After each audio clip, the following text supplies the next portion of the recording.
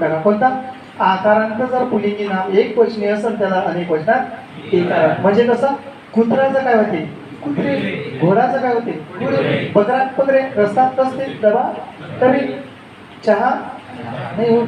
फक्त याच्यात कानावाले काही नाते दाखवणारे शब्द. कसा बाबाचा बाब्या गिब्या नाही होत, बाबाचा बुडा नाही होत, बाबाचा बाबी करून टाकसा पाहिजे धरून कानावाला शब्द कळलं ना.